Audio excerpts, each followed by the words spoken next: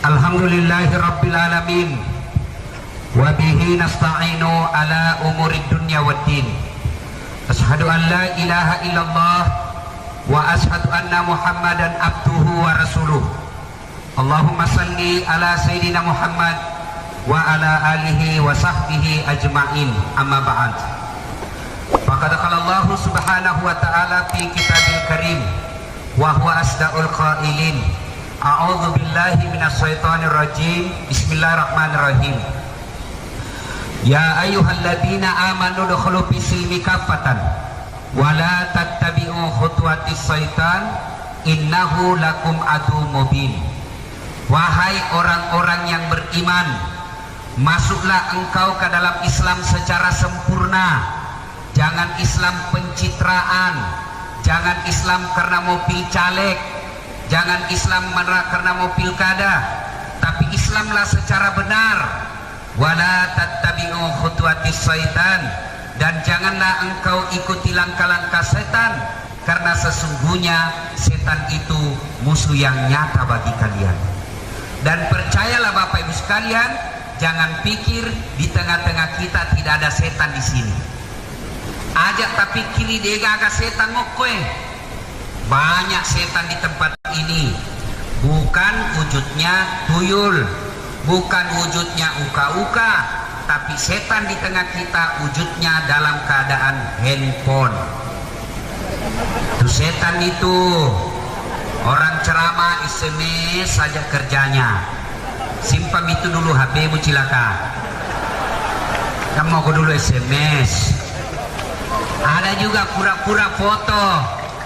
Pura-pura foto, pura-pura syuting, padahal dalam hatinya ya koe HP mahal saya pakai.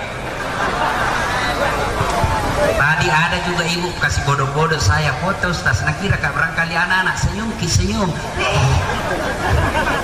Ya, wala tattabi'u khutuwatis syaitan. Jangan engkau ikuti langkah-langkah setan, karena sesungguhnya setan itu musuh yang nyata bagi kalian. Wa qala idan bismillahirrahmanirrahim.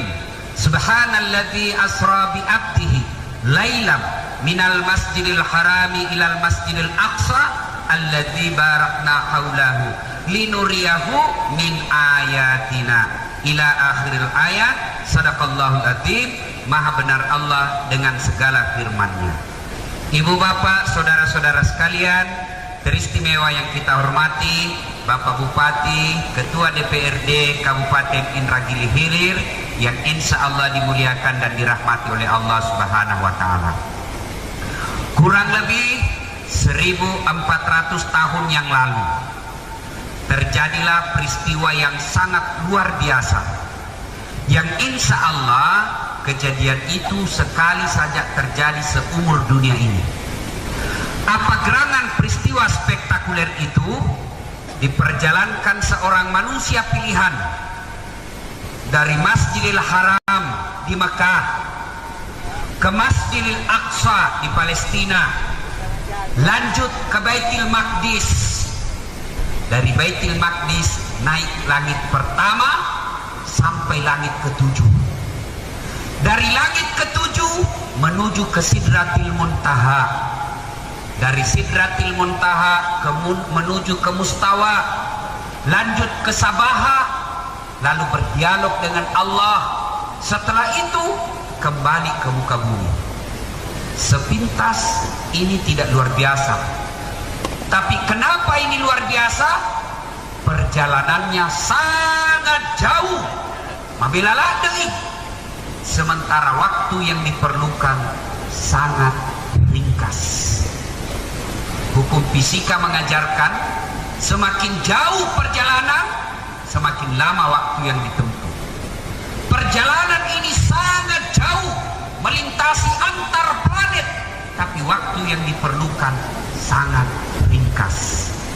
Dalam ayat dikatakan lailam, sebagian malam saja, tidak cukup satu malam. Pak, satu malam itu dari maghrib sampai subuh, itu satu malam. Ayat ini tidak mengatakan satu malam, tapi sebagian malam saja.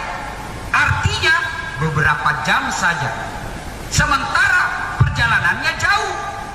Makanya ketika Nabi ceritakan Isra Mi'raj ini, Abu Jahal dan Abu Lahab berkata, "Ayuhan nas, wahai manusia penduduk Mekah, ini Muhammad kau percaya sebagai nabi, ternyata pembohong, pabaleangi."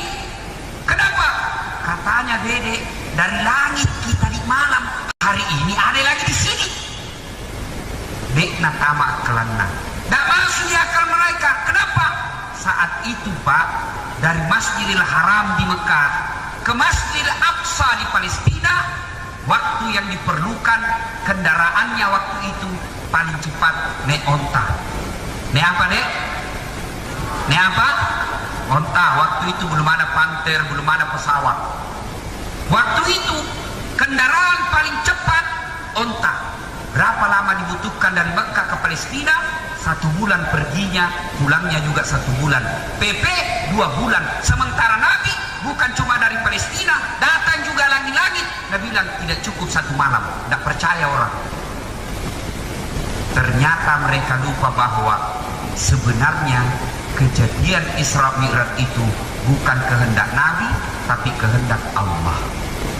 Kalau Allah yang mau, tidak ada yang mustahil. Coba kita simak ayat yang dibaca tadi Ustaz Amin. Subhanalladzi asra bi abdihi. Maha suci Allah yang telah memperjalankan hambanya. Bahasa Perancisnya napajokai atanna. Itu bahasa Perancis atau bahasa Bugis? Oh, ini orang Bugis jago memang. Pak Bupati, ini sekampung saya ini orang Bugis memang jago. Kemana-mana saya ketemu orang Bugis. Saya pergi ceramah di Malaysia, Sabah, Sarawak, mayoritas orang Bugis. Saya pergi ke pesisir Kalimantan Timur namanya Berau, saya ketemu orang Bugis. Saya pergi ke Filipina Selatan, ketemu orang Bugis. Saya pergi ke Berau, ke Brunei, ketemu orang Bugis. Pergi ke Pulau Kijang, orang bahasa Bugis juga orang di sana. Begitu saya masuk penjara, ketemu saja orang Bugis. Hebat memang ini orang Bugis ini, ha?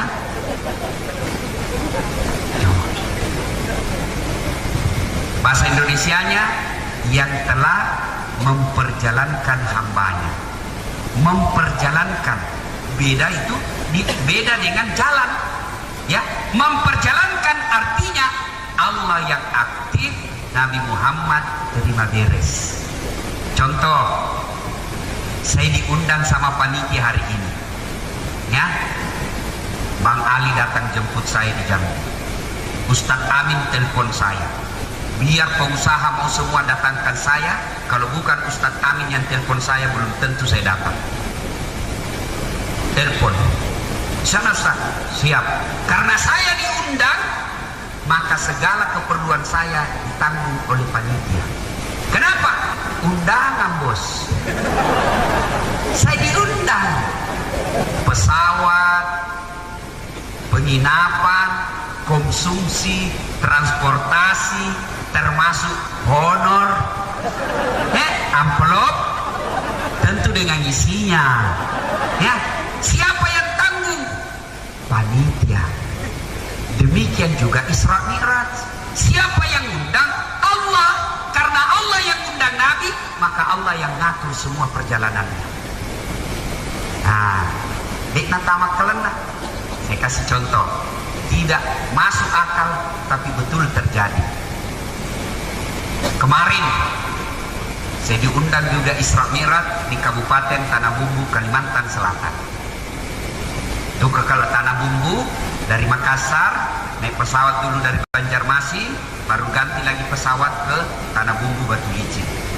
Saya pergi pagi, ceramah malam, pulang lagi pagi, sore ada lagi di Makassar, lanjut ke sini. Pulang dari sini, ceramah tabligh akbar damai Indonesiaku, kemudian lanjut ke Jepang insya Allah tanggal 1, tanggal 2, lanjut ke Belanda, lanjut umroh.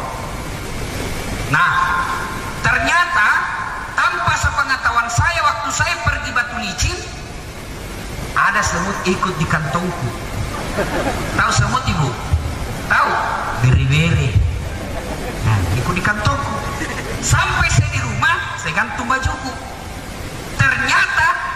keluar itu semut dari kantong. Nah kumpul temannya semut. Pidato ini semut di kantongku. Begini pidatonya. Saudara-saudara sekalian bangsa semut, baru saja saya pulang dari tanah bumbu Batu Licin. Nah bilang semut yang ada sampingnya, jam berapa kau pergi mas bro? Nah bilang tadi pagi ji. Nah bilang pagi ini ada kau lagi di sini. Nah bilang iyo, buktinya kau lihat mata. Nah bilang balik kok. Dek nak tamat keleku. Bagaimana caranya kau pergi pagi ada kau lagi di sini? Tak masuk di akal. Sedangkan kau jalan saja baru kau keluar rumah, nah injak mau kau petik-petik. Nah bilang ini semut di kantongku. Cocok itu yang kau bilang bos, kalau saya jalan. Ini bukan saya jalan. Saya sembunyi di kantornya Ustadz Dasat. Dari rumahnya ke bandara naik mobil. Dari bandara ke Banjarmasin naik pesawat.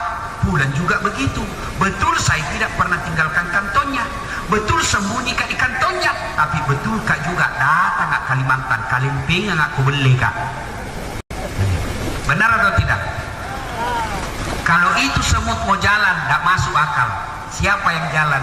Dasat latih. Dia numpang di kantong. Di sapu tanganku ini. Bisa goyang enggak? Bisa goyang? Tidak mungkin. Tidak bisa tinggalkan tempatnya ini. Tapi wallahi, demi Allah, ini sapu tanganku sudah keliling Nusantara, pindah-pindah, bahkan sudah keluar negeri. Padahal tidak bisa goyang. Siapa yang goyang? Dasat latih. Begitu mestinya kita memaknai kejadian Isra Mi'raj. Tenia elok na nabita, tapi tunggal lantala milo. Kalau Allah yang mau, tidak ada mustahil. Contoh, ibu, bisa nggak itu perempuan hamil kalau tidak pernah disentuh laki-laki? Bisa, bisa. Tidak mungkin kata hukum biologi. Tapi kalau Allah yang mau, Siti Maryam, wanita suci, tidak pernah disentuh laki-laki, hamil, lahir Isa alaihi salam. Ini orang Kristen yang bilang itu Isa alaihi salam pantas jadi Tuhan. Kenapa? Karena tidak ada bapaknya bisa lahir. Saya bilang kalau begitu lebih hebat lagi Nabi Adam, tidak ada bapaknya, tidak ada mamanya. Ya toh? Betul. Itu Siti Maryam tidak pernah disentuh laki-laki, wanita suci, hamil karena izin Allah. Jadi cuma sekarang banyak tuh perempuan di Jakarta mau saingan Siti Maryam. Tidak ada suaminya, ada anak beleng-beleng. Di Jakarta, di sini ada juga. Nah ibu bapak saudara-saudara sekalian, itu yang pertama. Yang kedua yang perlu kita tahu, kenapa Nabi diisrakan? Makanya dipajokkan. Ini kalau dalam skripsi, kalau kita meneliti, kalau universitas, skripsi ada namanya latar belakang masalah. Kenapa Nabi diisrakan? Nah, dalam Islam Pak, ada 2 tahun yang aneh-aneh namanya. 1 tahun gajah, lahirnya Nabi. 2 tahun duka cita. Inilah tahun Isra-nya Nabi. Kenapa disebut tahun duka cita? Karena 2 orang yang paling dicintai Nabi, paling disayangi Nabi, dan paling menyayangi Nabi meninggal pada tahun yang sama. Siapa gerangan? 1, kakeknya Nabi, Abdul Muttalib, meninggal tahun yang itu. Yang kedua, tidak beberapa lama meninggal pula istri beliau yang paling dicintai, Siti Khadijah radhiyallahu anha. Wafat Siti Khadijah, Nabi sedih. Sampai sedihnya itu Nabi, dengar baik-baik, bu, halo ibu, dia tidak jawab, doakan suaminya kawin. Halo ibu, sampai Nabi bersabda begini, barang siapa seorang istri meninggal dunia lalu suaminya berduka terus mengenang kebaikannya, maka itu ciri-ciri wanita penghuni sorga. Saya ulang bu, seorang istri meninggal dan suaminya berduka terus mengenang kebaikannya itu istri, maka itu yakin itu istri calon penghuni sorga. Jadi besok-besok kalau lebih dulu kita meninggal ibu toh mati nih, nah istri tak suami tak menangis terus kayaknya Tuhan, meskipun dia gendut tapi ku sayangi Tuhan, meskipun bau kali pakna tapi ku sayang. Nah itu ibu ciri-ciri penghuni surga. Tapi kalau sebaliknya, begitu ibu meninggal, suaminya masuk kamar berteriak, "Merdeka!" Penghuni neraka kau cilaka. Tuh, sudah. Ketika Nabi sedih, mesti kesik nyawana Nabi tak, Allah kirim SMS ke Jibril. Jibril, turun kau jemput kekasihku Muhammad, saya mau bawa jalan-jalan. Kemana? Ancol. Bukan. Kemana? Surabaya. Bukan. Taman Mini. Bukan. Kemana? Langsung ketemu dengan Allah. Masya Allah. Apa enggak senang bu? Ketemu saja sama bupati, senang makin. Langsung foto sama-sama. Ayo, saya pernah dijemput sama Pak Wapres. Oh, luar biasa senangnya. Saya duduk di sampingnya Yusuf Kalla, di atas mobil yang sama. Begitu kumpul orang, buka kaca mobil. Dalam hatiku dia kohe. Oh, setas A sampai Wapres. Itu baru manusia. Gimana kalau kita di sampingnya Allah? Allah berfirman, Jibril, alai atakku, ambil kekasihku Muhammad, bawa naik menghadap kepada saya mau hibur dia. Turun 4 malaikat, Jibril, Mikail, Israil, dan Israfil. Turun menghadap Nabi. Lapor. Siap. Maka kau Jibril. Jibril berkata, Muhammad, saya mendapat perintah dari Allah. Perintah apa?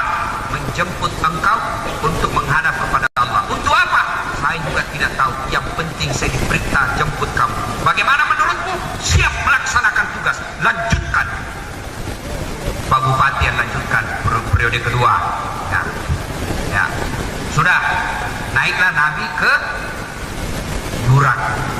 Ibu bapak mungkin yang senior-senior, yang sudah usia 50, 60 tahun, 70 tahun, barangkali pernah lihat gambar burak.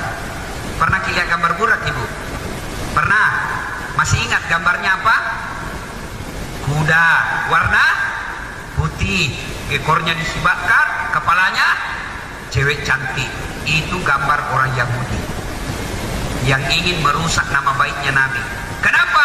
Ingin dia citrakan, dia ingin membuat pesan, membuat pemikiran bahwa memang Muhammad suka naiki perempuan.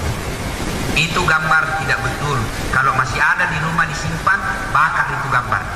Tapi kasih keluar dulu dari rumah tak, baru dibakar. Kalau bakar dalam rumah, belen-belen namanya.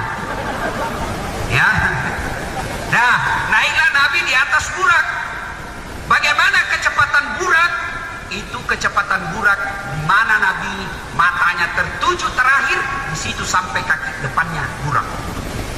Jadi kalau Nabi lihat indra gini hilir, sampai lagi. Dan lihat lagi Nabi Jambi, sampai lagi. Begitu cepatnya itu. Naiklah Nabi. Mulailah diperjalankan dari Masjidil Haram di Mekah ke Masjidil Aqsa di Palestina. Bertanya mahasiswaku di Unhas yang pintar, Ustaz, Nabi kan mau naik ke langit, kenapa mesti ke Palestina? Boros anggaran. Seperti pejabat Indonesia suka pergi jalan-jalan, ada SPJ-nya, tidak ada jalan-jalannya. Tanda tangan saja SPJ, ini pejabat yang begini, nanti kalau mati disuruh masuk neraka. Jalan cepat, suka sekali kau jalan-jalan. Masuk kok. Bukan di Indra Gili-Hilir, bukan. Kampunnya orang. Ya. Nah, aku bertanya mahasiswa, dia kan cerdas. Kan boros anggaran, Ustaz. Kan bisa dari Mekah ke langit, kenapa mesti ke Palestina? Kan orang kalau mau ke langit, boleh dari Jakarta, bisa dari Makassar, bisa dari sini, kan bisa semua naik kan? Allah jawab dalam ayat berikutnya, linuriyahu min ayatina. Saya ingin perlihatkan kepada kalian tanda-tanda kebesaran. Karena memang ternyata dari Nabi naik ke atas burak, mulai jalan dari Mekah ke Palestina, Allah memperlihatkan beberapa perumpamaan. Satu, begitu naik Nabi jalan burak, Nabi melihat ada api, makin dekat makin besar, makin dekat makin besar, makin dekat makin besar. Nabi bertanya, siapa yang kejar? Itu Jibril. Api itu siapa? Jibril menjawab, itu iblis yang ingin berusaha menggagalkan usaha. Pelajaran pertama, setiap ada kebaikan yang kita mau lakukan, pasti iblis berusaha menggoda kita. Termasuk acara begini, iblis mulai menggoda. Mulai turun-turun hujan, iblis itu mau lari atau tidak. Nah, iblis itu kalau lari nak kena ku senjata iblis. Berapa tong ini hujan pak? Tak seberapa. Memangnya kalau kita mandi tidak basah? Tentu beda pahalanya pak. Bapak yang kena hujan di sini dengan yang di sana tidak kena hujan, banyak pahalanya di sini. Yang ketawa saya serius ini. Ya. Nah, bagaimana cara melawannya? Kata Nabi, saya dikejar makin dekat. Bagaimana cara melawannya Jibril? Jibril mengatakan, tembak dengan kalimat istighfar. Jadi kalau kita digoda setan, muncul sombong, muncul putus asa, muncul takabur, mau dikata, maka tembak dengan kalimat apa? Astagfirullahaladzim, astagfirullahaladzim wa atubu ilaihi. Adik-adik remaja, lihat paha cewek yang mulus-mulus. Pak cewek sekarang pak, pedek barangnya lah. Mandiri kami pak. Nah bilang mahasiswaku, saya Ustaz, kalau setan yang tidak bisa dilihat gampang kusir, bacakan bismillah lari Ustaz. Tapi setan dalam bentuk cewek susah diusir Ustaz. Begitu dibaca bismillah tambah dekai Ustaz, dibaca kulaus tambah dekai, tak peluki Ustaz. Wah ini setan susah diurus ini. Bagaimana cara melawannya? Kalimat istighfar. Lihat cewek paha cantik, jangan astagfirullah, astagfirullah palingkan pandangan, astagfirullah. Jangan astagfirullah. Astagfirullah. Jelas ya? Nah, apalagi Nabi lihat? Masya Allah banyak Nabi lihat. Ada Nabi lihat orang. Apa yang dilihat? Mukanya, badannya manusia, tangannya manusia, tapi mukanya tikus. Siapa dia? Jibril. Muka tikus. Jibril menjawab, itulah yang suka ngambil barangnya orang. Nah ini yang di kantor bupati banyak ini. Ya, yang suka ambil kertas, nah bawa pulang. Kursi-kursi sudah ditulis inventaris kantor bupati Indra Giri, ada di rumahnya. Di blender nanti kalau mati. Makanya, ibu-ibu, ada pengantin ambil piringnya orang, nah itu nanti mukanya tikus. Jangan ketawa, serius ini. Kalau ada kasih kembali besok. Ada juga yang nanti dilihat oleh Nabi, mukanya apa? Badannya manusia, tapi mukanya anjing. Pertanyaan Nabi, siapa dia? Jibril. Jibril menjawab, itulah yang suka menyogok dan disogok. Nah ini pegawai negeri yang menjadi pegawai gara-gara masuk polisi nyogok, masuk tentara nyogok. Anjing nanti mukanya. Pak, kalau mau jadi pegawai anak tak jangan masogok. Doa kepada Allah, bangun ke 40 malam berturut-turut tahajud, minta tolong kepada Allah. Kalau sudah bekerja ujian kasih sekolah dengan baik, kita tahajud, kita nasarkan puasa, tidak lulus, percaya bukan di situ tempat yang baik menurut Allah. Saya ini contoh, sabut tadi MC. Saya dulu sekali kan jadi tentara, tapi karena pendek tidak lulus, masa lulus jadi ustaz. Temanku yang lulus akademi kepolisian waktu itu, Serse di Polda Sulsel pakai baret merah, saya lulus pakai baret putih. Alhamdulillah dengan baret putih yang saya pakai, mulai baret hitam sampai baret merah, ku cara maiko semua bos. Coba. Ini baru-baru waktu ulang.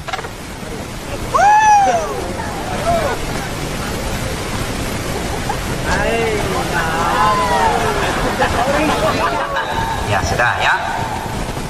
Ibu bapak mau jadi pegawai nakal, lebih baik dia jadi pengangguran daripada dia nyogok jadi pegawai. Dengar bapak-bapak, pendampingnya bupati, mungkin masih ada yang pegawai honor. Jangan nyogok untuk jadi definitif. Tahu tak orang yang nyogok jadi bupati?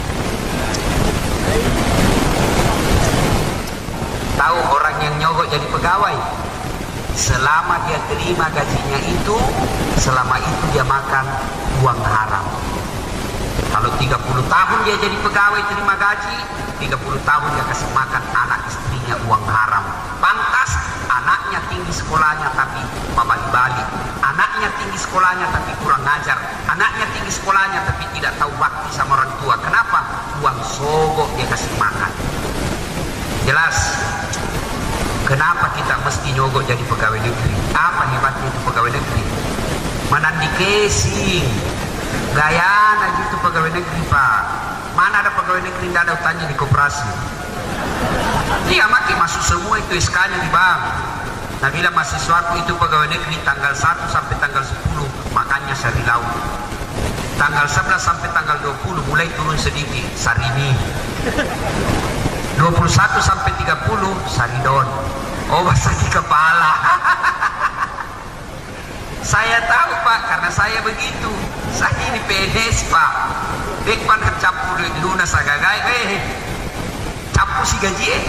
Saya punya gaji Pak. Kalau pegawai negeri paling gaji 5 koma. Apa artinya? Tanggal 5 sudah koma. Ibu bapak saudara-saudara sekalian, apalagi yang dilihat oleh Nabi? Ada orang Pak dilihat oleh Nabi, badannya manusia tapi mukanya ular. Nabi bertanya, siapa dia? Jibril.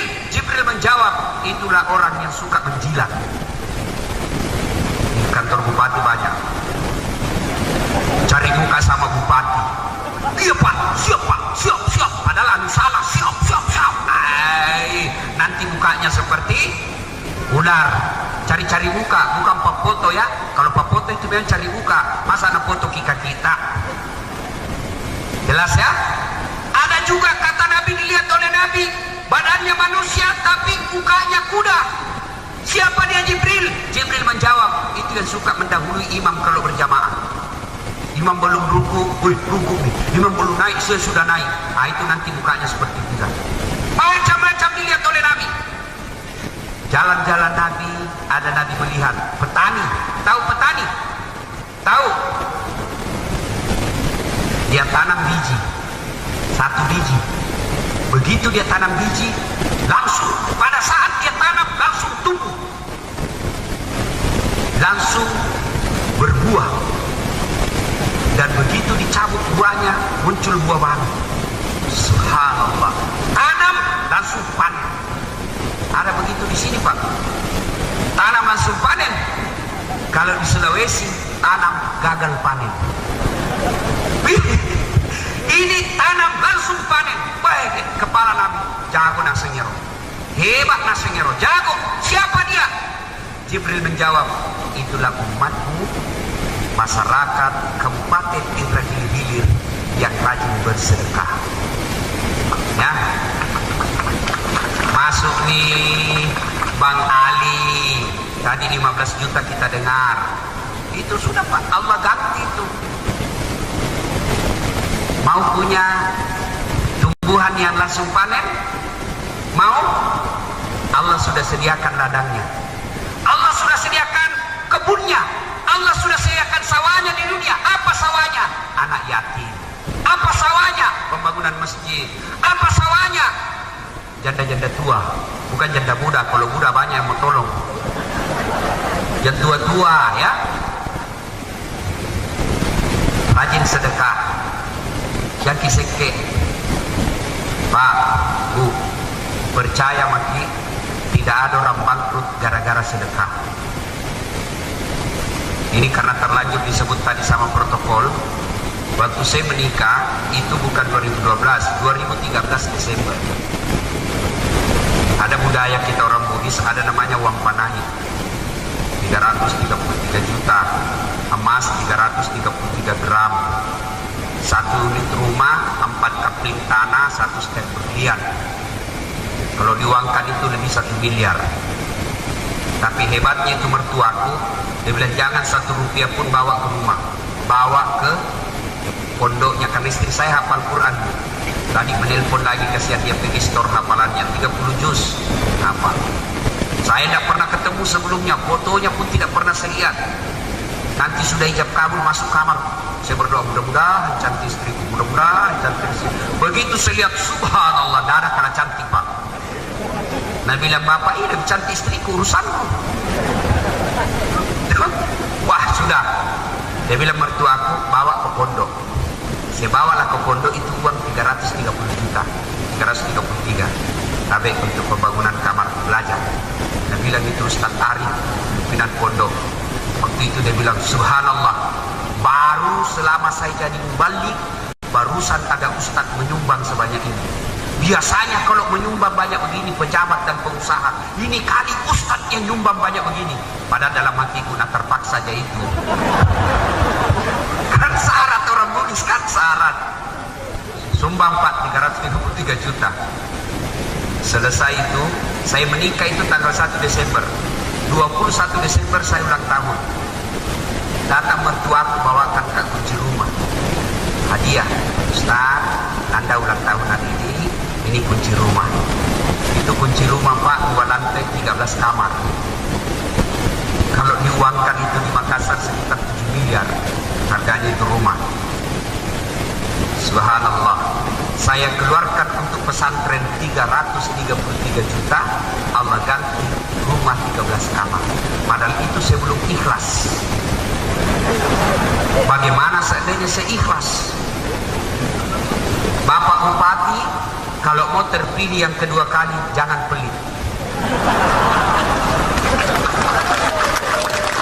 Percaya itu Pak, tidak ada orang suka orang pelit. Bahkan orang pelit sekalipun tidak suka sama orang pelit. Dia bilang, jangan kau ke rumahnya, pelit itu, kalau dia juga pelit Pak. Dia bilang orang Bugis, kikirigalah pak jambatan. Coba, ini ada masjid kita bangun. Ustaz, saya mau kuburku nanti spring bed. Saya mau nanti kuburku ada AC-nya, ada kipas anginnya. Saya mau nanti di akhirat pakai mobil Mercy. Saya mau nanti di akhirat pakai AC kamar saya. Silahkan kirim lebih dulu sebelum mati. Gimana caranya? Kirim ke masjid. Saya tidak setuju kalau ada ustaz bilang tidak usah cari uang banyak-banyak, tidak dibawa mati. Itu salah. Cari uang banyak-banyak, bawa mati. Bagaimana caranya? Kirim memang. Jangan bilang kulkas kita kasih masuk di kubur. Beleng-beleng gitu namanya. Pak, Bu. Halo Pak. Mau mulai rezeki kita? Mau main usaha tak? Sedekah. Sedekah. Kan kita semua nelayan. Tuh, coba kalau kita tangkap ikan Pak. Kau becu itu panah, becu itu nala. Maknanya, kalau kecil umpannya itu kain, maka pasti ikan kecil juga dia dapat. Tapi kalau mau umpan, mau dapat ikan besar, umpannya harus juga besar. Ada di sini asam urat. Ada kolesterol. Obati dengan sedekah. Obati dengan sedekah. Ibu, ada suaminya di sini mulai nakal-nakal, mulai selingkuh. Mau kita tahu ciri-cirinya selingkuh? Satu, selama ini kita menikah tidak pernah rapi. Nah sekarang selalu pakai sisir dan minyak rambut. Tidak pernah disetrika bajunya, nah selalu mau disetrika sekarang. Curiga makin. Apalagi kalau dia terima SMS dan kunci kamarnya, masuk di kamar mandi baru lihat SMS-nya, 70% pasti selingkuh. Nah kalau begitu suami tak cerita, lebih baik kita sholat hajat namanya, mengadu kepada Allah. Ya Allah, tidak mungkin saya bisa jaga suamiku 24 jam. Saya bukan security, saya bukan satpol, saya bukan polisi. Tidak mungkin saya bisa ikuti suamiku 24 jam. Engkaulah yang maha menjaga, maka jagalah suamiku ya Allah. Supaya doa tak cepat dikabulkan, lengkapi doa itu dengan sedekah. Ya Allah, ini ada uangku 500.000. Saya sedekahkan besok ke masjid dengan niat tolak bala. Mudah-mudahan suamiku terhindar dari wanita jahat. 500.000 bawa masjid, insya Allah selamat suamiku. Dan jadi masalah kalau suaminya juga pergi bersedekah. Saya tidak tahu juga ilmunya. Dia bangun sholat hajat, berdoa kepada Allah, ya Allah cau nami tebeneku. Ya Allah capek balik istriku, ya Allah marah-marah saja kerjanya, tambah berat juga berat badannya Ustaz, pede macam motoin buah. Ya Allah capek saya, ya Allah. Ya Allah saya mau tolak bala, ini ada uangku 500.000, saya bawa ke masjid besok, mudah-mudahan 500.000 itu istriku ikhlas kawin lagi, saya kawin lagi. Bingung malaikat, dan bilang malaikat yang mana ini dikabulkan doanya. Pak, Bu, sedekati. Ustaz, saya bagaimana cara sedekah? Saya orang miskin. Sedekahlah dengan apa? Tutur kata yang santun. Saya tidak bisa sedekah ke masjid Ustaz. Sedekah dengan tenaga. Saya tidak bisa dengan tenaga Ustaz. Sedekahlah dengan akal pikiran kita. Saya tidak bisa juga Ustaz. Sedekahlah dengan cara apa? Jangan merecoki, jangan ganggu, jangan mengganggu panitia masjid. Karena kan orang tidak bisa bangun sedekah dengan uang, tidak bisa sedekah dengan otak, tidak pernah kasih jalan keluar. Cerita terus panitia, korupsi itu panitia pasti tidak pakai itu. Mak kok bawa no, nasike. Dia mako saja pelit. Ada juga begitu. Kalau dia selewengkan, merasa diselewengkan, dan bapak punya bukti yakin, jangan gosip, bawa kantor polisi, lapor supaya ditangkap. Itu namanya jalan keluar. Nah, syaratnya kalau mau bersedekah diterima Allah, syaratnya jangan mempermalukan yang menerima sedekah. Jadi kalau bapak mau bersedekah, jangan dikasih malu orang. Tapi bagaimana caranya? Lindungi martabatnya, bawa ke rumahnya baik-baik, jangan diumumkan di koran. Malu orang kalau dibilang miskin. Tahu bapak orang Bugis? Contoh, saya kasih contoh, saya kasih jual 5 juta, tapi pakai kaki, ngaji jual 5 juta. Mau? Oh, kalau saya orang Bugis, saya bilang ya biar saya miskin, aku kasih begitu, gajak betul. Ya, begitu. Tapi meskipun sedikit, tapi ini ada sumbangan saya. Doakan saya selamat dunia akhirat, doakan tambah rezeki. Mudah-mudahan tahun depan.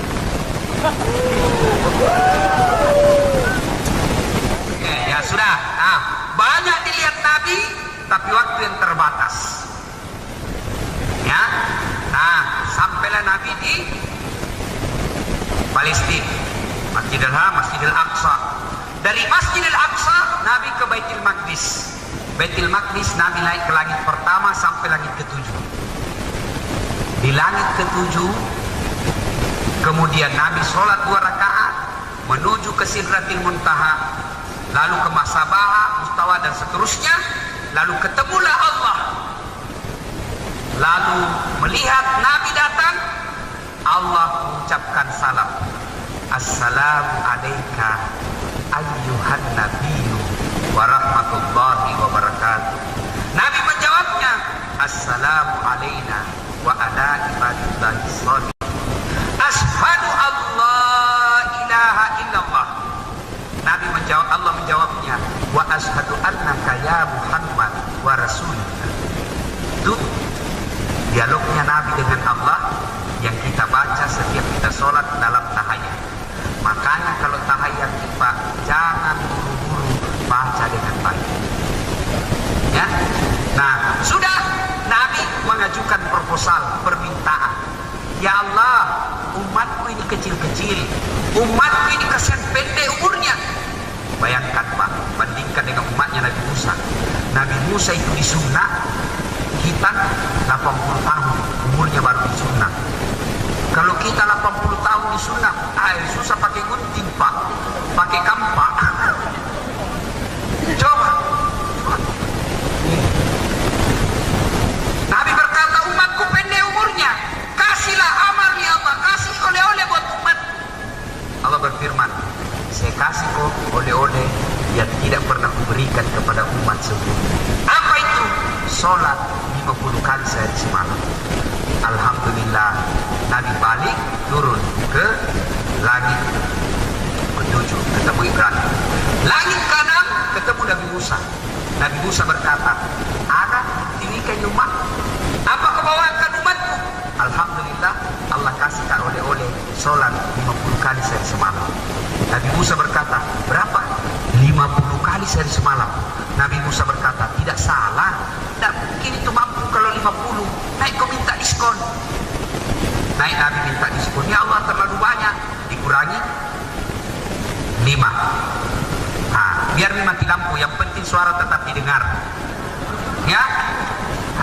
Kau anak muda jangan tunggu kopi-kopi cewek sampingmu. Ya. Turun. Allah naik Nabi, ya Allah terlalu banyak. Dikurangi 5. Tinggal berapa? Tinggal 45. Turun lagi, Nabi Musa berkata, "Masih banyak, kurangi lagi." Naik lagi Nabi, kurangi 5. Setiap kali naik kurang 5, terakhir tinggal 5. Nabi Musa berkata, "Siapa nih? Tinggal 5. Nabi Musa, "Masih banyak, naik kau lagi." Nabi berpikir, setiap kali saya naik dikurangi 5. Sekarang tinggal 5. Kalau saya naik lagi, habis nih. Tidak ada berapa. Biar Musa. Sebentar tompin lihat. Ternyata apa yang dikhawatirkan Nabi Musa betul adanya. Sekarang saja yang tinggal 5, Pak. Masih ada yang sholat Jumat saja sholat. Nah, ibu bapak, saudara-saudara sekalian, inilah makna terpenting dari Isra Mi'raj. Apa itu? Sholat. Pak, Bu, tidak ada gunanya tiap tahun kita Isra Mi'raj kalau tidak sholat. Pak, Bu, kalau tidak sembahyang kafir. Pak, kalau tidak haji tetap Islam. Tidak puasa tetap Islam. Tidak bayar zakat tetap Islam. Tapi kalau tidak sholat, Nabi jelaskan, kalian kafir. Tahu kafir? Tidak ada agamanya. Hindu jelas agamanya, Buddha jelas agamanya, Yahudi jelas agamanya, Kristen jelas agamanya. Tapi Islam tidak sholat, demi Allah tidak ada agamanya. Nah, ini sholat yang paling banyak dilalaikan orang. Bapak tidak puasa, Bu, Bu, ibu tidak puasa 4 tahun berturut-turut tidak puasa. Tobat malam ini, besok dia ganti semua puasanya yang lepas. Selesai ganti puasa, tidak ada hal lagi. Tidak haji padahal sudah mampu. Tidak haji padahal sudah mampu. Tobat malam ini, besok dia daftar haji, tahun depan berangkat haji. Selesai menunaikan ibadah haji, tidak ada dosanya. Tidak bayar zakat 4 tahun berturut-turut. Malam ini tobat, besok dia bayar zakatnya. Selesai bayar zakat, tidak ada dosanya. Tapi ibu tidak sholat tadi pagi. Ibu tidak sholat subuh tadi pagi. Bagaimana cara bayarnya, Bu? Pak, Bapak tidak sholat duhur tadi. Bagaimana cara bayarnya? Bagaimana cara bayarnya? Tidak ada cara bayarnya itu sholat kalau lewat. Tinggal tunggu hukumannya. Kalau puasa bisa ganti, zakat bisa ganti, haji bisa nyusul. Tapi sholat begitu lewat, tidak ada cara gantinya kecuali tinggal menunggu hukumannya ketika dikubur. Saya yakin, Pak, wajib semua jadi sholat.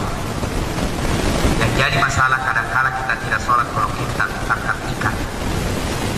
Ya, Pak. Bagaimana mau sholat, Ustaz? Kita di perahu penuh oli baju. Oli bukan najis, silahkan sholat.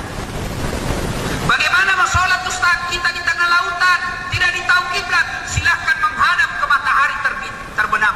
Misalnya di sana matahari terbenam, ya sudah, menghadap ke sana sholat. Allahu Akbar. Tiba-tiba goyang perahu. Ya mungkin juga goyang-goyang begini. Tak usah, sudah kemana saja, biar goyang itu perahu putar-putar. Bapak tidak usah putar-putar juga.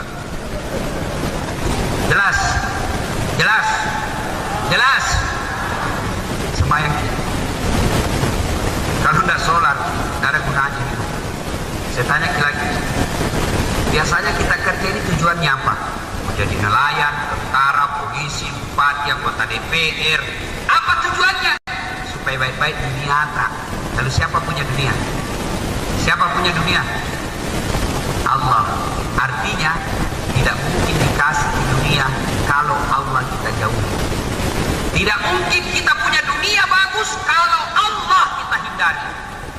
Contoh, saya baik sama bupati di sana. Saya datang ke Kota Baru. Tapi Pak Bupati, saya ada di Kota Baru. Oh kenapa Ustaz? Saya mau keliling-keliling ini tapi tidak ada mobilku Pak Bupati. Saya bilang Pak Bupati, oh saya lagi di Jakarta Ustaz. Tapi tidak usah cemas Ustaz. Gampang, tunggu Ustaz. Bupati tempor ajudan. Ajudan, siapa? Perintah. Itu ada Ustaz Dasar di Kampung Baru, mau pinjam mobil, bawakan mobil. Tolong kasih penuh tangkinya, itu mobil jangan lupa kasih juga pembeli pulsa. Siap laksanakan. Ajudan datang bawa mobil dengan pembeli pulsa. Selesai masalahku di Kota Baru soal mobil. Kenapa? Saya akrab dengan yang punya mobil. Jelas? Jelas? Sebaliknya, ada orang dari Sulawesi tidak pernah ketemu Pak Bupati, datang di Gilir. Halo Pak Bupati, saya ada di Kota Baru, boleh pinjam mobil? Siapa nanti telepon Pak Bupati? Siapa? Kapolsek. Polisi. Siapa? Tangkap itu. Ada penipu depan rumah, tidak kenal tiba-tiba pinjam mobil. Begitu juga dengan Allah. Tidak pernah sholat. Sholat tapi hari Jumat paling terlambat datang, paling cepat pulang. Tiba-tiba sakit, ya Allah, saya sudah capek sakit, ya Allah. Jauh nama rasa buah pasauka. Capek sudah saya sakit. Allah berfirman, malaikat, karena dia sudah capek sakit sekali cabut nyawanya. Jelas? Jelas? Jelas? Mau baik hidup Pak, sholat. Mau punya mobil, perbaiki sholat. Mau baik rumah, perbaiki sholat. Saya bisa cerita begini Pak, karena saya alami. Izin, bukan mau sombong dan takabur. Saya dulu waktu sekolah Pak, saya jual-jual jalan kota. Saya pernah jadi cleaning service, membersihkan toiletnya itu travel 3 utama, dengan harapan apa? Mudah-mudahan saya bisa dapat umroh gratis. Sampai tutup itu kantor travel, saya tidak dapat. Saya pernah pegawai catering. Saya bilang sama itu yang punya catering, orang bau-bau, Bapak Resa, kasih kerja saya. Tidak usah kasih saya uang, gaji saya kasih makan saya 2 kali sehari sama adik saya. Saya pernah pergi sekolah jalan kaki, bukan pernah, sering jalan kaki berkilometer pergi kuliah. Tapi saya yakin waktu itu tidak mungkin Tuhan kasih susah hidupku kalau baik sholat. Tuhan apa itu kasih susah orang baik sholatnya? Saya perbaiki terus sholat saya. Alhamdulillah dengan izin Allah. Dulu saya jadi cleaning service di travel. Alhamdulillah sekarang saya sudah punya travel. Punya izin resmi. Boleh saya umroh kapan saja saya mau. Dengan izin Allah. Dulu saya jalan kaki pergi sekolah. Alhamdulillah ada Tommy mobilku beberapa unit. Yang mobil saya pakai sekarang Pak di Makassar belum cukup 10. Cukup bagus. Dengan izin Allah. Dengan izin Allah. Dulu saya pernah ditunjuk, ya ini bajunya cakar terus. Alhamdulillah itu orang senior waktu kuliah. Sudah 4 tahun setiap Ramadan saya kasih zakat. Dengan izin Allah. Bagaimana caranya? Perbaiki sholat. Pak, mau lulus anaknya dengan baik, kontrol sholat. Bu, mau baik hidupnya, perhatikan sholat. Kalau sholat baik, insya Allah tidak mungkin Allah sengsarakan. Contoh lagi, Pak Bupati punya ajudan. Ya, nah biasanya kalau Pak Bupati panggil ajudan, ajudan, siapa? Biar itu ajudan lagi pegang kue, merokok, nah buang itu rokok. Siapa perintah? Dia tahu. Padahal itu bupati, ada masa pensiunnya, ada hilang jabatannya. Begitu takutnya itu ajudan sama bupati. Ada ajudannya di sini. Coba beda kalau ada panggil Pak Bupati, ajudan, tunggu dulu Pak. Berani kau bilang tunggu? Bilang mau tunggu dikasih pindah kok. Coba. Mana ada ajudan bilang, ajudan, tunggu dulu Pak, orang sibuk. Ajudan, Bapak tidak lihat saya sibuk. Mana berani Pak? Padahal itu bupati ada masa hilang jabatannya. Lalu kenapa ketika Allah yang panggil kita, hayya 'alas shalah, mari kau sholat, apa kita bilang? Tunggu, lagi ada pembeli. Gimana mau baik hidup kita bos? Tuhan kita suruh menunggu. Hayya 'alal falah, mari kau sembahyang menuju kemenangan. Apa kita bilang? Tunggu, lagi banyak ikan. Pantas tidak ada dunia dalam genggaman kita, karena yang punya dunia kita suruh tunggu. Jelas? Jelas? Mau hidup baik, perbaiki sholat. Ada yang bilang, Ustaz, mama ini sakit Ustaz, kok tidak bisa sembuh-sembuh. Sudah kesana kemari dok, perbaiki sholat. Nah, susahnya itu Allah kasih sebuah semburan. Ini bagaimana mau disembuh? Nah, sholat nih, sakit ke dokter. Memangnya dokter yang sembuhkan? Saya ini mohon maaf kalau ada keluarga dokter di sini. Sampai sekarang ini Pak, saya belum pernah ketemu dokter yang hebat. Kenapa? Saya tonji yang kasih tahu penyakitku kalau saya ke dokter. Bapak masih ingat kalau ke dokter? Apa dokter tahu penyakit kita? Tidak, kita yang kasih tahu. Itu yang hebat kalau baru tidak dia tahu penyakit kita. Tidak Pak. Saya ke dokter. Assalamualaikum dok. Waalaikumsalam. Kenapa Ustaz? Sakit ini perutku dok. Kenapa bisa? Dalam hati keurusanmu karena kau dokter. Dia tahu. Yang jago itu baru masuk. Ustaz masih mencret. Tapi kan tidak. Allah tanpa diberitahu. Allah tahu penyakit kita dan Allah tahu obat. Makanya perbaiki sholat. Jelas ya? Jelas. Alhamdulillah. Ada yang bilang begini, Ustaz, kenapa itu tetanggaku rajinnya sholat di masjid setiap sholat Ustaz, tapi kok susah hidupnya? Percayalah bahwa kalau dia tidak sholat pasti lebih susah lagi hidupnya. Sembahyang Ustaz, kok susah hidupnya? Yang kedua, dia sholat tidak ikhlas. Ayalah sholat. Apa dia bilang? Asar lagi. Barusan duhur. Tidak ikhlas cilaka. Yang ketiga, baik sholatnya Ustaz, kok risu selesai hidupnya. Yang ketiga sebabnya, dia sholat semau-maunya, tidak seperti yang diajarkan Nabi. Sholat tidak semangat, sholat semau-maunya. Ada orang sholat Pak tidak semangat sekali. Allah.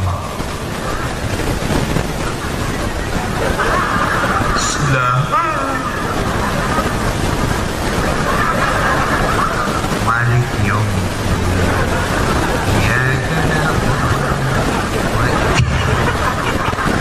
tiga Pak guru ku sempanya makoti. Siapa aja tidak semangat sekali Pak. Oh,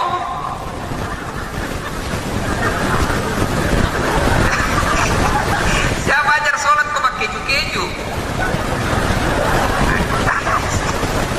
Kita ketawa karena kita begitu toh. Pantas 30 tahun kita sholat tidak bisa memperbaiki hidup. Kenapa? Sholat kita main-main. Pengaruhnya itu batu. Sholat ikut berpengaruh selama ada batu ini Pak.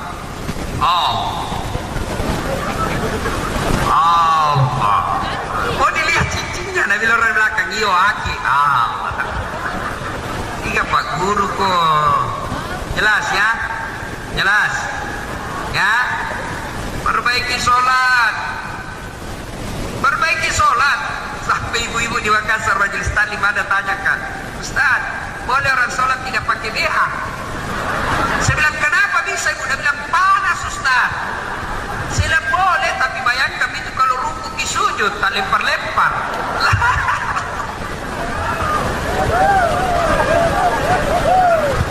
Ya,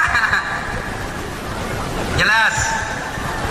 Bagaimana Allah memperbaiki hidup kita? Kita ketemu Allah tidak berpakaian bagus. Mau ketemu sama camat saja kita pakaian lengkap. Mau ketemu sama bupati kita jadwal ketemu jam 10, jam 8 kita sudah datang berpakaian rapi, pakai parfum. Lalu kenapa ketika mau ketemu Allah pakaian seadanya? Itu juga pakaiannya dipakai kencing. Nah, yang selalu saya istilahkan kencing sopir.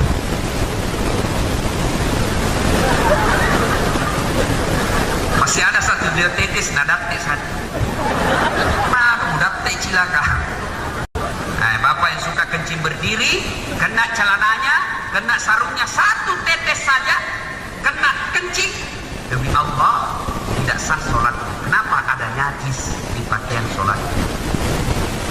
Bapak-bapak songkok hitam, hitam bukan, coklat bukan, kuning bukan. Tempat kali milih barang tak pernah nak ganti. Nah, ibu-ibu kudungnya putih bukan, lembu-lembuan dipakai ketika dinau. Nah, bagaimana Allah? Kita tidak semangat ketemu Allah. Bagaimana Allah mau perbaiki hidup kita? Jelas ya? Sholat cepat sekali. Allahu Akbar. Bismillahirrahmanirrahim. Allahu Akbar. Assalamualaikum. Saya tanya, kenapa cepat sekali? Kau dah bilang, saya sudah hafal Ustaz bacaannya mulai ke kecil. Saya bilang, bos, sholat bukan soal hafal. Kalau soal hafal, bilang kau saja begini, Allahu Akbar. Tuhan, bacaannya sama kemarin. Assalamualaikum warahmatullahi wabarakatuh. Sudah nih. Yang ketawa serius orang ini, bos. Jelas? Nah, kenapa biasa orang tidak sholat? Kenapa? Nah, ini dulu. Tadi itu gara-garanya sholatnya tidak bagus, ya. Ada lagi yang tanya kayak begini, Ustaz, itu gak pernah sholat hari Jumat jalan di masjid. Wih, bagusnya rumahnya, walidnya lancar, mobilnya mewah, kok bisa? Tidak pernah sholat. Betul, yang kita lihat mata kasar kita seperti itu. Tapi apa yang kita tidak tahu? Istrinya selingkuh, suaminya juga begitu. Apa yang kita tidak tahu? Anaknya tidak mau mendengar kata-kata orang tuanya. Dikirim ke Jambi kuliah, dikirim ke Jakarta kuliah. Telepon malam jam 10. Mana kau nak? Jalan. Loh, jam 10 malam kau masih jalan. Mau kemana? Mau pergi karaoke, Mak. Kira-kira kalau anak gadis tak jam 10 malam masih keliaran jalan, masih tenang perasaannya? Uang banyak tidak bisa tenang. 3 anaknya semua pembangkang. 3 anaknya semua tidak ada sholat. Itu sudah Allah cabut keberkahan rezeki. Banyak uangnya, tapi tidak ada bisa dimakan. Banyak sekali Sulawesi saya lihat, Pak. Banyak uangnya tidak bisa dimakan, Pak.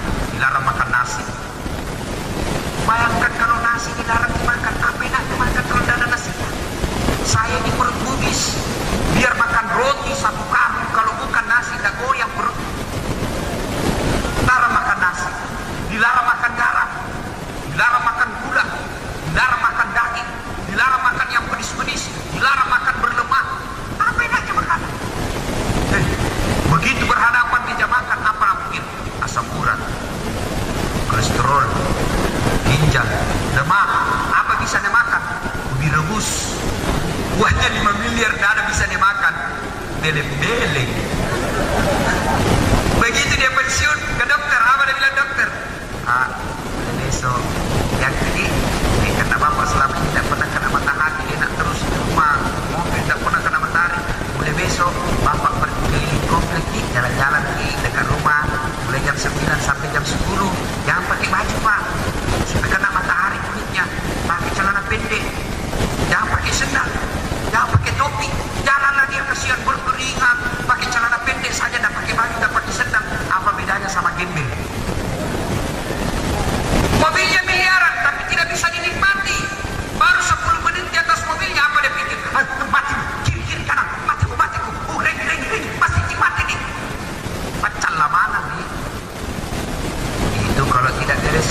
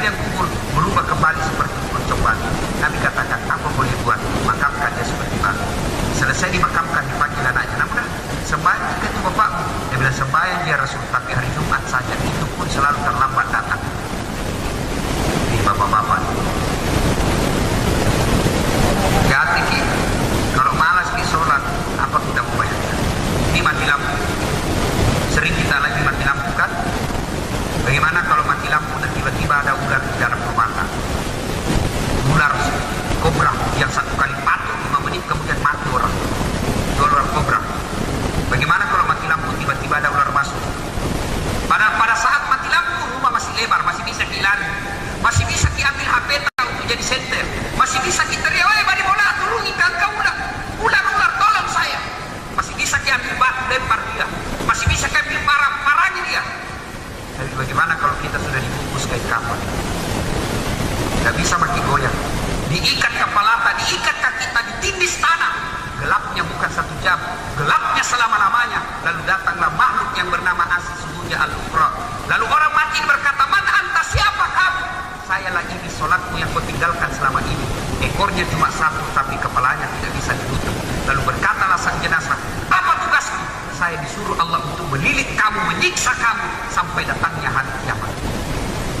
Alhamdulillah. Jangan anggap enteng sholat. Jangan anggap enteng. Begitu pentingnya sholat ini, dalam keadaan bagaimanapun wajib kita lakukan.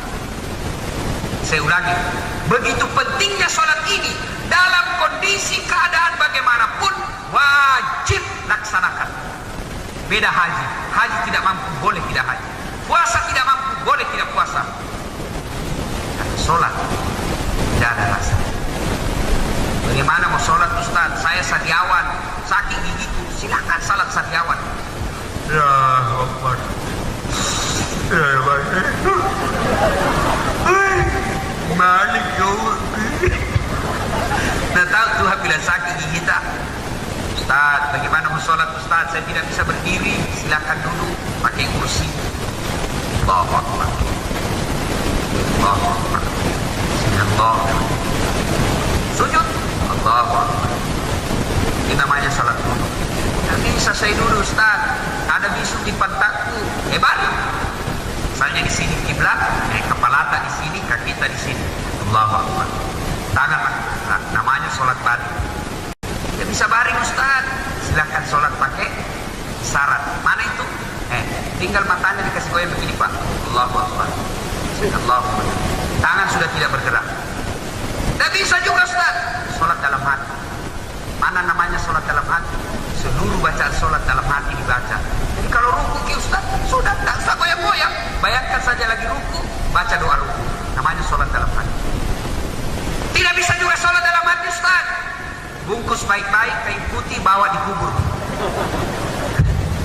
Selesai. Bagaimana saya mau sholat, Ustaz? Tidak ada bacaan saya hafal, mulai kecil sampai sekarang. Tak ada sama sekali saya hafal. Wala ta'yasu min rauhillah. Datang di masjid berjamaah. Nabi jelaskan kalau imam sudah baca, makmum diam saja sah. Nah, agak itu. Baru sedikit saya hafal, Ustaz. Kul matampun. Rakaat pertama kul huwallah, rakaat kedua kul huwallah lagi, besok nih. Yang penting jangan dibaca yang surah panjang. Surah yang susah-susah. Wattini, jangan itu biasa batu sambung walasri. Atau al-kafirun, jangan dibaca itu kalau sendiri, tidak mau sampai itu. Wala antum abiduna ma'abud wala ana abidum ma'abadtum wala antum abiduna ma'abud wala ana abidum ma'abadtum wala antum abiduna ma'abud. Nah, turun ini pusat. Tidak mau sampai-sampai. Jelas? Jelas? Jelas? Sholat. Bu, mau baik hidup, sholat. Anak kita mau baik hidupnya, ajari sholat. Kalau dia tidak sholat, tidak bakal hidupnya baik. Pak, percaya kita. Kalau bapak susah hidup sekarang, jadi petani, jadi sengsara hidupnya, kasihan rumahnya juga tidak layak huni. Tapi kalau bapak sholat, paling tidak demi Allah, percaya kita, anak nanti yang angkat derajat. Saya bisa cerita begini, Pak, karena saya alami. Bapak saya petani penggarap, 14 anak. Kamu bilang apa maksudnya, Ibu? Bagus itu kalau banyak bersaudara. Daripada cuma 2, 1 tenggelam, 1 nagigi anjing gila, habis. Tapi kalau 14, 1 di penjara masih ada 13. 1 nak kontak listrik masih ada 12. Kalau 2 aja, bayangkan. Bapak saya kasihan dulu, susah betul hidup beliau. Ibu saya sangat susah hidup. Tapi kami ini, itu bapak saya hendak sholat, ada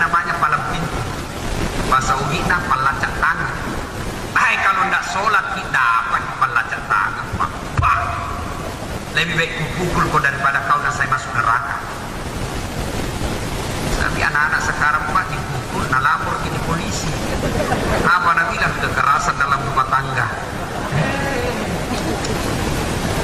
Mana nak mau sembahyang, nah kita juga tidak sembahyang.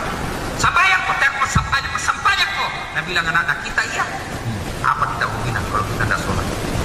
Sholat Pak. Pagi-pagi anak tak ajak sholat subuh. Baik sekali tuh anak tak kalau baik di sholat. Baik tanpa kasih rezeki. Tapi kalau tidak sholat, ya makin haram. Ibu-ibu mau dapat menantu yang baik, mau lihat sholatnya. Bapak-bapak mau lihat anggota DPR yang baik, mau lihat sholatnya. Kalau dia musim kampanye, asal di masjid, tidak ke masjid, jangan dipilih, Tuhan saja nak tipu. Apalagi kita. Percaya Pak, kalau orang baik sholatnya insya Allah bagus itu hidupnya. Pernah kita baca berita, das atletik ditangkap gara-gara rajin sholat. Nah, ada orang ditangkap Pak gara-gara rajin sholat. Sakit, adik-adik remaja sembahyang. Kalau baik sholat, tak Allah yang ngatur urusan. Ada tidak manusia yang tidak punya masalah? Ada? Tidak ada Pak, tidak ada masalahnya ini. Semua kita punya masalah.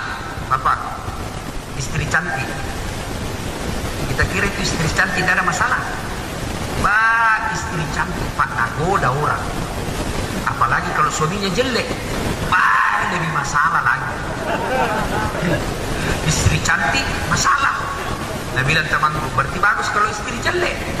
Istri jelek masalah juga. Kita lagi yang malu jalan sama dia. Yolono.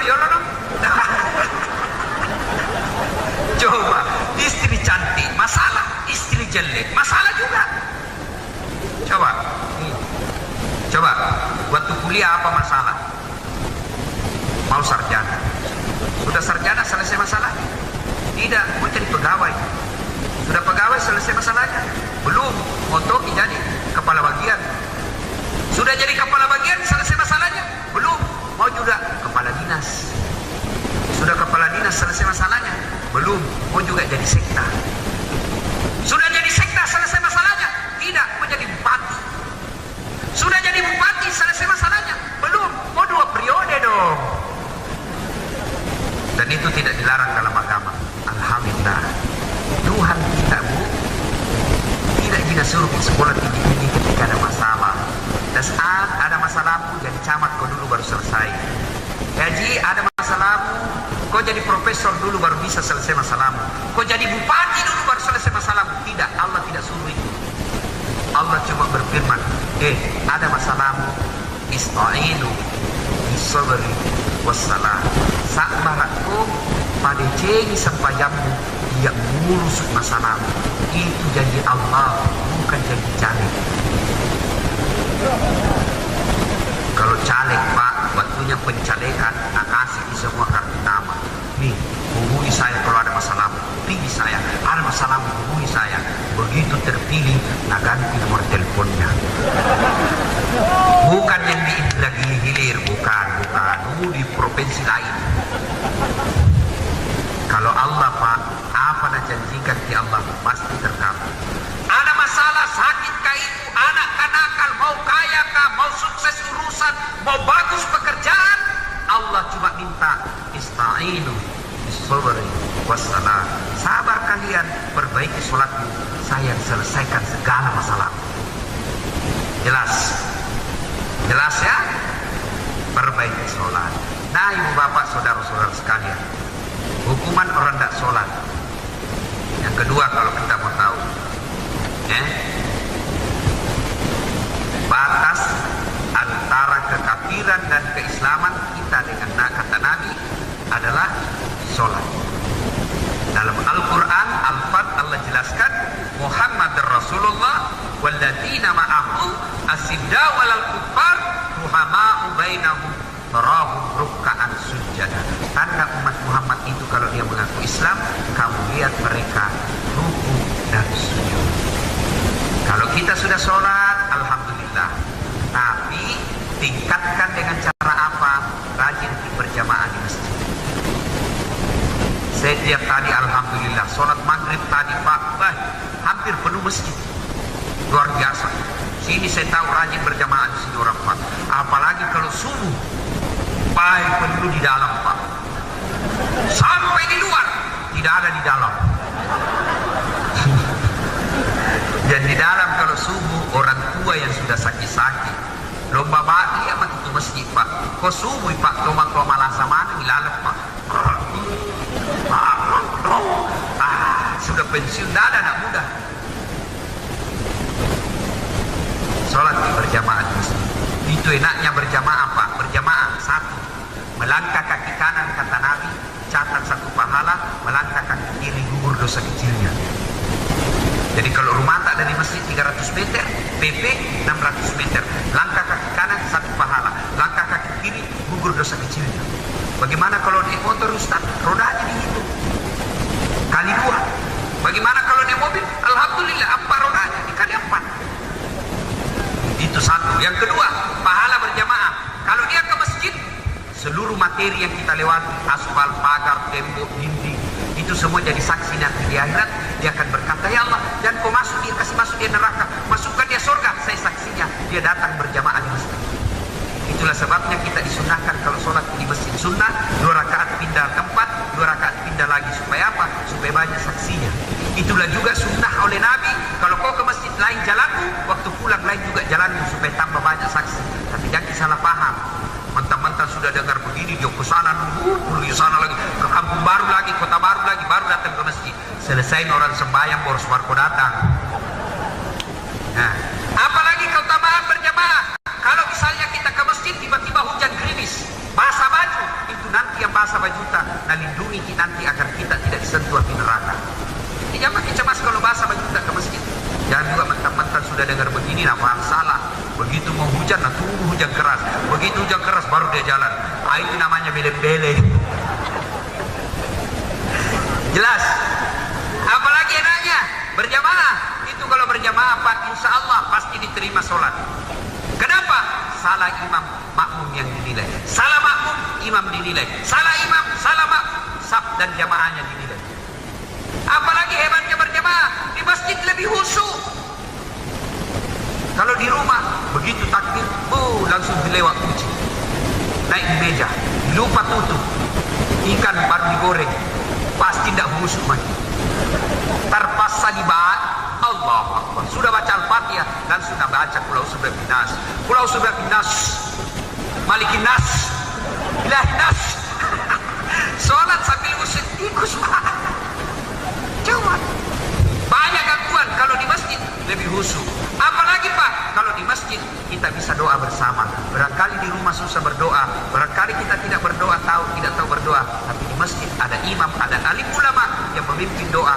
Begitu berkata amin, semua jamaah dalam masjid dikabulkan doa. Itulah sebabnya kalau kita jadi imam, usahakan kasih dengar suara ketika baca doa, dan bacalah doa yang umumnya orang tahu. Ada juga imam Pak yang tidak tahu apa nak minta. Kita di belakang asal amin saja. Amin. Amin. Panas saya bilang, Alhamdulillah paling ngetoki. Siapa tahu yang aja dia anak muda jadi imam, anak muda dari istrinya. Ya Allah berikanlah kami jodoh. Dia bilang di belakang bapak, amin. Padahal ada suami istrinya. Dia bilang juga istri di belakang, amin. Berarti ibu isikan suaminya kawin lagi. Nah, jelas ya? Nah, ibu bapak berjamaah ki. Ada lagi ustaz biasa, kadang-kadang ustaz baru 1,5 nak baca buku. Tak boleh perempuan ke masjid, haram. Siapa bilang haram? Kalau ada ustaz bilang begitu, suruh telepon saya. Tak ada ayat hadis yang melarang wanita ke masjid. Memang Nabi jelaskan, perempuan tidak dianjurkan ke masjid. Tidak dianjurkan, tapi kalau mau, jangan dilarang. Kenapa dulu begitu? Karena arif jahiliyah, kalau perempuan waktu itu keluar, diculik dan diperkosa, bunuh. Dulu. Sekarang di sini di kampung tak aman. Apalagi kalau ibu sudah usia 70 tahun, siapa mau culik? Mak mau minyak gosok. Dah mau culik. Jelas toh? Jelas ibu? Pak, dede, rajin berjamaah. Hidupkan jamaah di masjid. Yang tidak bisa 5 waktu, ya adalah waktu kita. bisa 5 waktunya Ustaz. Paling tidak maghrib kita berjamaah. Ya. Tapi kadang-kadang kasih malas orang berjamaah di masjid karena pengelolaan masjid tidak bagus.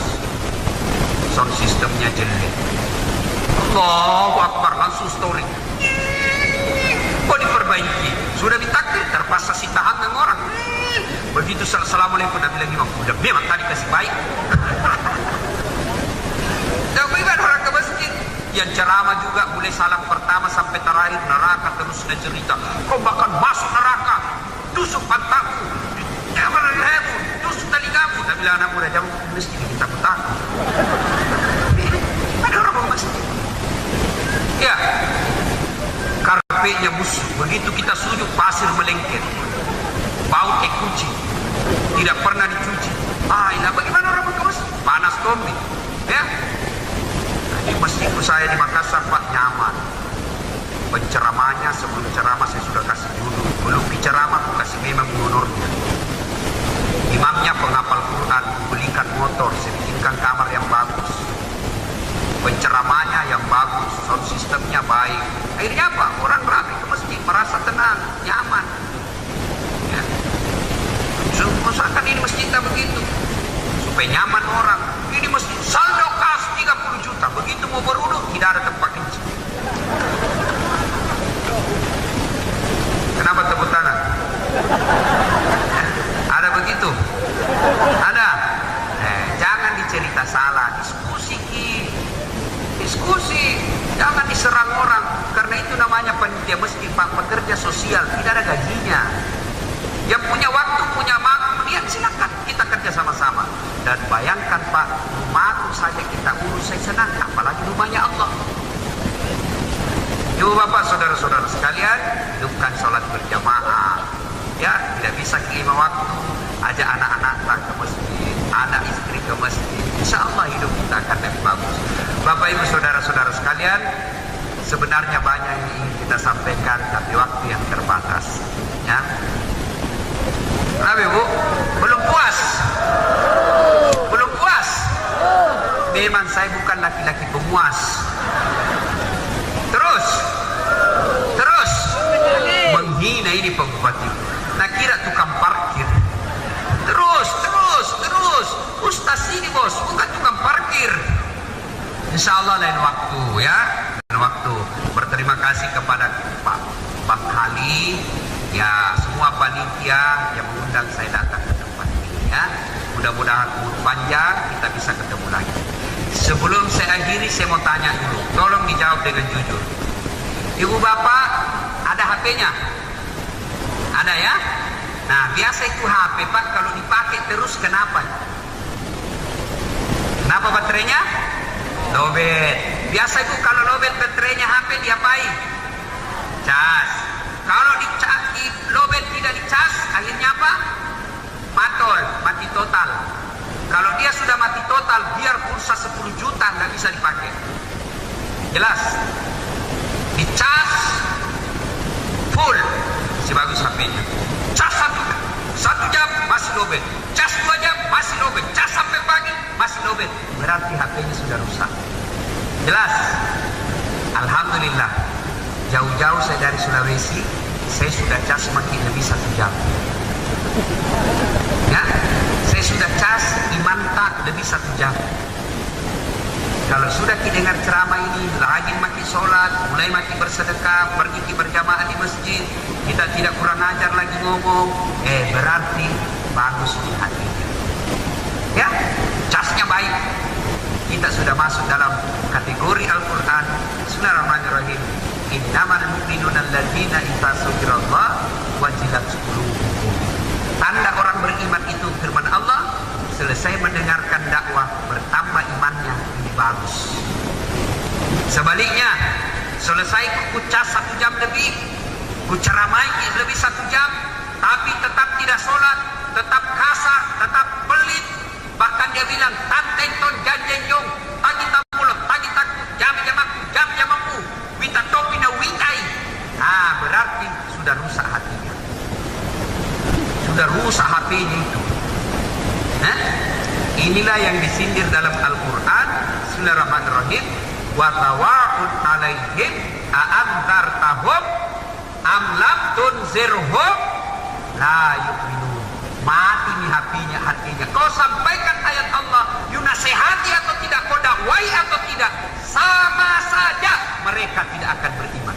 Bahkan ayat berikutnya menjelaskan hal adullukum, ayat berikutnya menjelaskan mereka bahkan lebih hina dari binatang. Tahu binatang? Tahu binatang? Mamaku di kampung di Pindrang sampai sekarang ini masih jual beli kambing. Binatang itu kambing salah satunya. Itu kambingnya saya lihat mamaku, kalau dia sudah tidak produksi, dia nanam di mana, nanti dia pasai nagado, nabalu. Kambing yang sudah tidak bagus, tidak mau lagi melahirkan, dibawa ke pasar dijual. Ternyata sampai di pasar tidak dia beli, dia bawa pulang itu kambing, dia potong, makan sama-sama dengan keluarga dan bagi ke tetangga. Itu kambing. Tidak mau lagi beranak, jual. Tidak beli, kita makan sama-sama. Kambing. Tapi kalau ada warga Indragiri Hilir tidak sholat, tidak puasa, kasar ngomong, suka nipu, penjudi, pembohong, peselingkuh, pemabuk, jelek mukanya, busuk kalepaknya, bau mulutnya, mau diapain? Mau diapa? Dijual. Siapa mau beli? Digerek. Siapa mau makan dagingnya? Inilah yang disebut lebih hina dari binatang.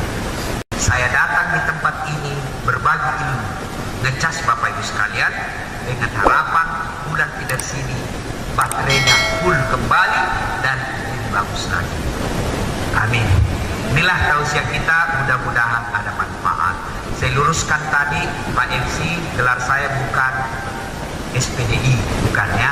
Kalau saya mau dipakai gelar saya Dasat Latif, kalau ditambah gelarnya Doktor Dasat Latif, SOS Sarjana Sosial, SAG Sarjana Agama, MSI Master Science, PhD Philosophy of Doctor. Alhamdulillah Pak, berkat doa dari ibu saya, doktor saya ada 2. Satu doktor luar negeri, satu doktor dalam negeri, satu doktor komunikasi politik, satu lagi doktor syariah hukum Islam. Sarjana saya juga ada 2, satu sarjana komunikasi, satu sarjana syariah hukum Islam. Dengan izin Allah semua, kasih sekolah anaknya baik-baik. Jangan bila bapaknya miskin, tapi Allah kaya. Jangan bila mamanya sakit tapi Allah maha menyembuhkan. Kasih sekolah anak tak baik-baik, tapi jangan lupa yang lebih penting dari itu adalah perhatikan sholatnya. Demikian, mudah-mudahan ada manfaat. Lebih dan kurangnya mohon dimaafkan. Nun wal kalam ya masrun. Billahi fi sabilil haq. Assalamualaikum warahmatullahi wabarakatuh.